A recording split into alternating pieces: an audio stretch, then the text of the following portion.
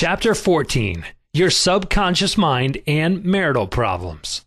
Ignorance of the functions and powers of the mind is the cause of all marital trouble. Each using the law of mind correctly can solve friction between husband and wife. By praying together, they stay together. The contemplation of divine ideals, the study of the laws of life, the mutual agreement on a common purpose and plan, and the enjoyment of personal freedom bring about that harmonious marriage, that wedded bliss, that sense of oneness where the two become one. The best time to prevent divorce is before marriage. It is not wrong to try to get out of a very bad situation. But why get into the bad situation in the first place? Would it not be better to give attention to the real cause of marital problems? In other words, to really get at the root of the matter involved.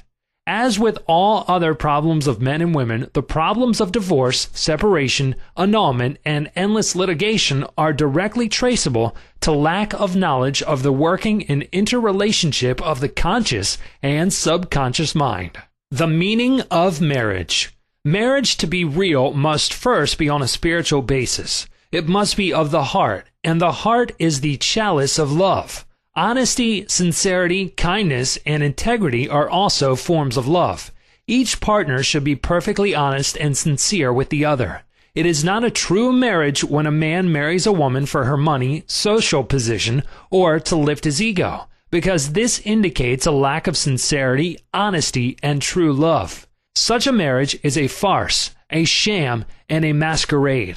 When a woman says, "I am tired of working, I want to get married because I want security," her premise is false. She is not using the laws of mind correctly. Her security depends upon her knowledge of the interaction of the conscious and subconscious mind and its application. For example, a woman will never lack for wealth or health if she applies the techniques outlined in the respective chapters of this book. Her wealth can come to her independent of her husband, father, or anyone else. A woman is not dependent on her husband for health, peace, joy, inspiration, guidance, love, wealth, security, happiness, or anything in the world. Her security and peace of mind come from her knowledge of the inner powers within her and from the constant use of the laws of her own mind in a constructive fashion. How to attract the ideal husband. You are now acquainted with the way your subconscious mind works. You know that whatever you impress upon it will be experienced in your world. Begin now to impress your subconscious mind with the qualities and characteristics you desire in a man. The following is an excellent technique. Sit down at night in your armchair, close your eyes, let go, relax the body, become very quiet, passive, and receptive.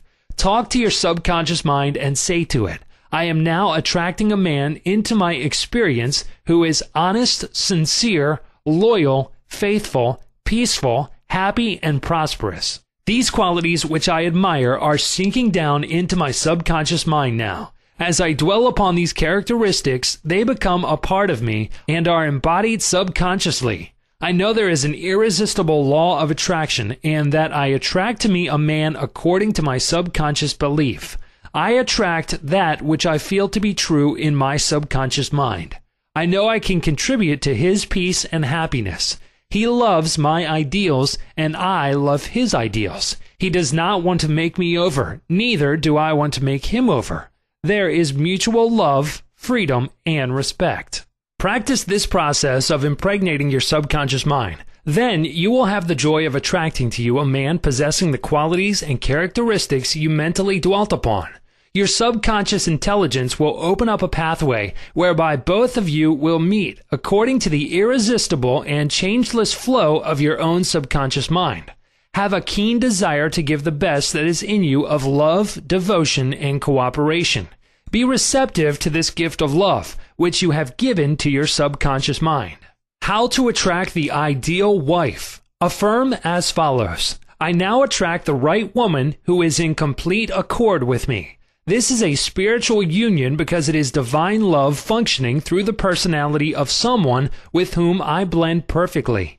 I know I can give to this woman love, light, peace, and joy. I feel and believe I can make this woman's life full, complete, and wonderful.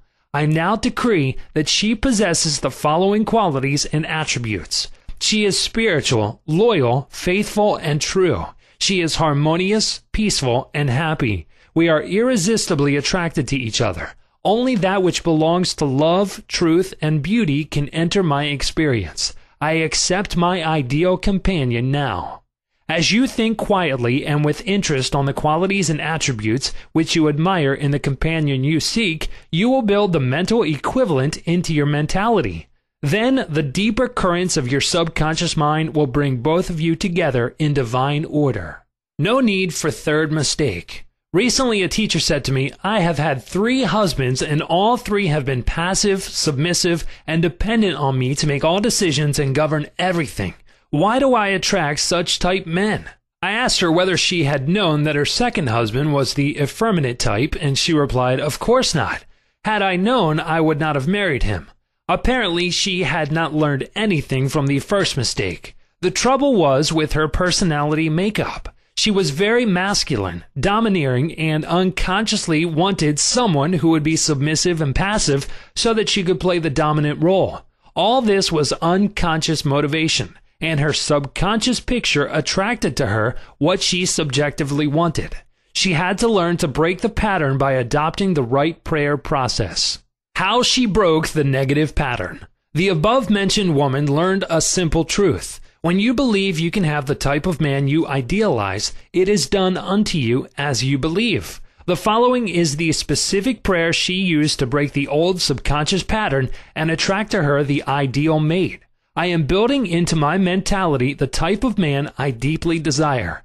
The man I attract for a husband is strong, powerful, loving, very masculine, successful, honest, loyal, and faithful. He finds love and happiness with me. I love to follow where he leads. I know he wants me, and I want him. I am honest, sincere, loving, and kind. I have wonderful gifts to offer him. They are goodwill, a joyous heart, and a healthy body. He offers me the same. It is mutual. I give and I receive. Divine intelligence knows where this man is, and the deeper wisdom of my subconscious mind is now bringing both of us together in its own way, and we recognize each other immediately. I release this request to my subconscious mind, which knows how to bring my request to pass. I give thanks for the perfect answer. She prayed in the above manner night and morning, affirming these truths and knowing that through frequent occupation of the mind, she would reach the mental equivalent of that which she sought. The answer to her prayer. Several months went by. She had a great number of dates and social engagements, none of which was agreeable to her. When she was about to question, waver, doubt, and vacillate, she reminded herself that the infinite intelligence was bringing it to pass in its own way, and that there was nothing to be concerned about. Her final decree in her divorce proceedings was granted, which brought her a great sense of release and mental freedom. Shortly afterwards, she went to work as a receptionist in a doctor's office. She told me that the minute she saw the physician, she knew he was the man she was praying about. Apparently, he knew it too, because he proposed to her the first week she was in the office, and their subsequent marriage was ideally happy. This physician was not the passive or submissive type, but was a real man, a former football player, an outstanding athlete, and was a deeply spiritual man, though he was completely devoid of any sectarian or denominational affiliation. She got what she prayed for because she claimed it mentally until she reached the point of saturation. In other words, she mentally and emotionally united with her idea, and it became a part of her in the same way that an apple becomes a part of her bloodstream. Should I get a divorce? Divorce is an individual problem. It cannot be generalized. In some cases, of course, there never should have been a marriage. In some cases, divorce is not the solution. No more so than marriage is the solution for a lonely man. Divorce may be right for one person and wrong for another. A divorced woman may be far more sincere and noble than many of her married sisters who perhaps are living a lie. For example, I once talked with a woman whose husband was a dope fiend, an ex-convict, a wife-beater, and a non-provider. She had been told it was wrong to get a divorce. I explained to her that marriage is of the heart. If two hearts blend harmoniously, lovingly, and sincerely, that is the ideal marriage. The pure action of the heart is love. Following this explanation, she knew what to do. She knew in her heart that there is no divine law which compelled her to be browbeaten, intimidated, and beaten because someone said, "I pronounce you man and wife." If you are in doubt as to what to do, ask for guidance, knowing that there is always an answer and you will receive it. Follow the lead that comes to you in the silence of your soul. It speaks to you in peace. Drifting into divorce. Recently, a young couple, married for only a few months, was seeking a divorce. I discovered that the young man had a constant fear that his wife would leave him. He expected rejection, and he believed that she would be unfaithful. These thoughts haunted his mind and became an obsession with him. His mental attitude was one of separation and suspicion. She felt unresponsive to him. It was his own feeling and atmosphere of loss and separation operating through them. This brought about a condition or action in accordance with the mental pattern behind it. There is a law of action and reaction, or cause and effect. The thought is the action, and the response of the subconscious mind is the reaction. His wife left home and asked for a divorce, which is what he feared and believed she would do. Divorce begins in the mind. Divorce takes place first in the mind. The legal proceedings follow after. These two young people were full of resentment, fear, suspicion, and anger. These attitudes weaken, exhaust, and debilitate the whole being. They learned that hate divides and that love unites. They began to realize what they had been doing with their minds. Neither one of them knew the law of mental action, nor they were misusing their minds and bringing on chaos and misery. These two people went back together at my suggestion and experimented with prayer therapy. They began to radiate love, peace, and goodwill to each other. Each one practiced radiating harmony, health, peace, and love to the other, and they alternated in the reading of the Psalms every night. Their marriage is growing more beautiful every day. The nagging wife. Many times the reason the wife nags is because she gets no attention. Oftentimes it is a craving for love and affection. Give your wife attention and show your appreciation. Praise and exalt all her many good points. There is also the nagging type of woman who wants to make the man conform to her particular pattern. This is about the quickest way in the world to get rid of a man. The wife and the husband must cease being scavengers, always looking at the petty faults or errors in each other. Let each give attention and praise for the constructive and wonderful qualities in the other. The brooding husband. If a man begins to brood, grows morbid against his wife because of the things she said or did, he is, psychologically speaking, committing adultery. One of the meanings of adultery is idolatry. Example, giving attention to or uniting mentally with that which is negative and destructive. When a man is silently resenting his wife and is full of hostility towards her, he is unfaithful. He is not faithful to his marriage vows, which are to love, cherish, and honor her all the days of his life. The man who is brooding, bitter, and resentful can swallow his sharp remarks, abate his anger, and he can go to great lengths to be considerate, kind, and courteous. He can deftly skirt the differences. Through praise and mental effort, he can get out of the habit of antagonism. Then he will be able to get along better, not only with his wife, but with his business associates also. Assume the harmonious state, and eventually you will find peace and harmony. The great mistake. A great mistake is to discuss your marital problems or difficulties with neighbors and relatives. Suppose, for example, a wife says to the neighbor, "John never gives me any money. He treats my mother abominably, drinks to excess, and is constantly abusive and insulting." Now, this wife is degrading and belittling her husband in the eyes of all the neighbors and relatives. He no longer appears as the ideal husband to them. Never discuss your marital problems with anyone except a trained counselor. Why cause numerous people to think negatively of your marriage? Moreover, as you discuss and dwell upon these shortcomings of your husband, you are actually creating these states within yourself. Who is thinking and feeling it? You are. As you think and feel, so are you. Relatives will usually give you the wrong advice. It is usually biased and prejudiced because it is not given in an impersonal way. Any advice you receive which violates the golden rule, which is a cosmic law, is not good or sound. It is well to remember that no two human beings ever live beneath the same roof without clashes of temperament, periods of hurts and strain. Never display the unhappy side of your marriage to your friends. Keep your quarrels to yourself. Refrain from criticism and condemnation of your partner. Don't try to make your wife over. A husband must not try to make his wife over into a second edition of himself. The tactless attempt to change her in many ways is foreign to her nature.